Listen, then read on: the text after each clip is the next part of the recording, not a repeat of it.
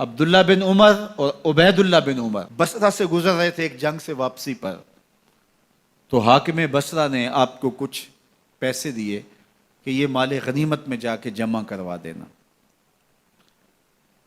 اور پھر خود ہی مشورہ دیا کہ عراق کے اندر فلاں فلاں چیز بہت سستی مل جاتی ہے اور حجاز میں ان چیزوں کی قیمت زیادہ ہے، تو اگر آپ ایسا کر لیں کہ یہ ان پیسوں سے خرید لیں اور جا کے مدینہ المنورہ میں فروخت کر دیں تو جو زائد پیسے آپ کمائیں گے وہ آپ کے ہوئے، اور یہی اشرفیاں جو میں نے دی ہیں آپ کو، اتنی اشرفیاں بیت المال میں جمع کروا دینا، تم نے محنت کی ہوگی، تجارت کی ہوگی، تو جتنے بچیں گے وہ آپ کے ہوں گے۔ تو انہوں نے کہا بہت اچھا، وہاں سے مال خرید لیا، مدینہ المنورہ میں آ کے بیچ دیا، جتنی اشرفیاں انہوں نے وہاں سے دی تھی بیت المال کے لیے اتنی بیت المال میں جمع کروا دی۔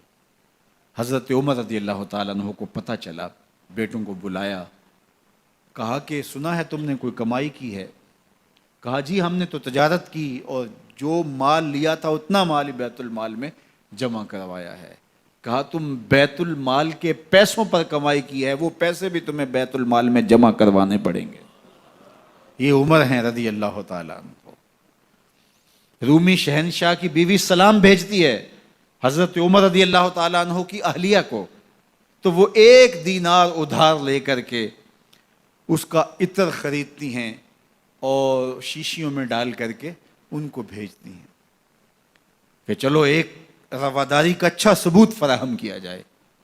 تو وہ واپسی پر انہی شیشیوں کے اندر قیمتی موتی بھر کے بیچتی ہیں، جواہرات بھر کے بیچتی ہیں۔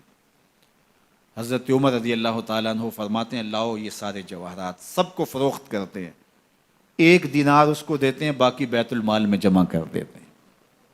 تو جب اپنی زندگی اتنی محتاط ہوگی، اتنی خوبصورت ہوگی، تو پھر کس طرح کوئی گورنر زیادتی کر سکتا ہے؟ تو حضرت سیدنا عمر رضی اللہ تعالیٰ عنہ نے اپنا طرز زندگی اور انداز معاشرت اتنا سادہ اور اتنا خوبصورت رکھا کہ اس کے مطابق تمام گورنروں کو ڈھالنے کی تلقین کی۔ آپ جب بھی کسی شخص کو بطور گورنر اس کا تعین کرتے تو اس کو یہ نصیحتیں کرتے، ایک ترکی گھوڑے پہ سوار نہیں ہوں گے، باریک کپڑا نہیں پہنیں گے، اور انچھنے آٹے کی روٹی کھائیں گے، مکان کا دروازہ نہیں لگائیں گے، کوئی حاجب نہیں رکھیں گے، چوکیدار نہیں رکھیں گے، بواب نہیں رکھیں گے، جو تمہارے تک پہنچنا چاہے ڈائریکٹ پہنچ جائے۔ اللہ اکبر۔ اور پھر جب کسی کو متعین کیا جاتا اس کی جائیدادیں لکھ لی جاتی ہیں کہ اس کے پاس کتنی جائیداد ہے، وہ حساب اپنے پاس رکھتے، اور جب وہ معزول ہوتا یا اس کا وقت ختم ہوتا تو آپ دیکھتے کہ اب اس کے پاس جائیداد کتنی ہے۔ اگر وہ جو پہلے آپ نے اپنے پاس ریکارڈ رکھا ہوتا اس سے جائیداد اس کی زیادہ ہوتی تو حضرت عمر بقیہ جائیداد بیت المال میں جمع کرتے۔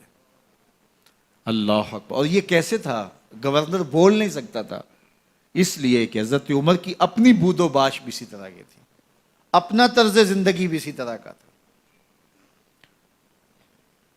مال غنیمت میں بہت ساری چادریں آتی ہیں جو سب کو تقسیم کر دی جاتی ہیں۔ خطبہ جمعہ دینے کے لیے آئے تو ایک شخص کھڑا ہو گیا، عمر خطبہ بعد میں سنیں گے، پہلے یہ بتائیں کہ یہ جو تم نے قمیض پہنی ہے یہ کہاں سے آئی؟ مال غنیمت کے اندر جو چادریں آئی ہیں سب کے حصے میں ایک ایک چادر آئی، آپ دراز قد ہیں، ایک چادر سے قمیض نہیں سل سکتی، تو آپ کی قمیض کہاں سے آئی؟ پہلے اس سوال کا جواب دے دیجئے پھر خطبہ سنیں گے۔ اللہ اکبر۔ آپ کے بیٹے کھڑے ہوتے ہیں، کہا ایک چادر سے میرے باپ کی قمیض نہیں بنتی تھی، میں نے اپنے حصے کی چادر بھی اپنے باپ کو پیش کی ہے۔ اس نے کہا اب سناؤ، اور ہم سنتے ہیں۔ یہ ہے حضرت عمر رضی اللہ تعالیٰ عنہ کی اپنی ذاتی زندگی۔ ایاز بن غنم کے بارے میں یہ پتہ چلتا ہے کہ وہ موٹے کپڑے نہیں باریک کپڑے پہنتا ہے۔ اس نے گھر کے دروازے پر بواب بھی رکھا ہوا ہے، چوکیدار بھی رکھا ہوا ہے۔ تو حضرت عمر رضی اللہ تعالیٰ عنہ محمد بن مسلمہ کو بھیجتے ہیں، محمد بن مسلمہ جاتے ہیں اور جا کے تحقیق کرتے ہیں تو ایسا ہی پاتے ہیں، تو ان کو وہیں گرفتار کر کے لے آتے ہیں۔ اور حضرت عمر کے دربار میں پیش کیا جاتا ہے، چھڑی اس کے ہاتھ میں دے کر فرماتے ہیں جاؤ تم بکریاں چرایا کرو، تم گورنری کے لائق نہیں ہو۔ ایک گورنر کو بکریاں چرانے پہ لگا دیتے ہیں اس لیے کہ تم نے ان اصولوں سے، ان ضابطوں سے انحراف کیا ہے جو ایک سلطنت کے ذمہ دار کے لیے لازم اور ضروری ہیں۔ دور موجود کے حکمرانوں کو، چاہے وہ عرب کے حکمران ہوں چاہے وہ عجم کے حکمران ہوں، اگر وہ اسلام کا نام لیتے ہیں تو انہیں اپنے اعمال کا جائزہ لینا ہوگا کہ ہم کھڑے کہاں ہیں۔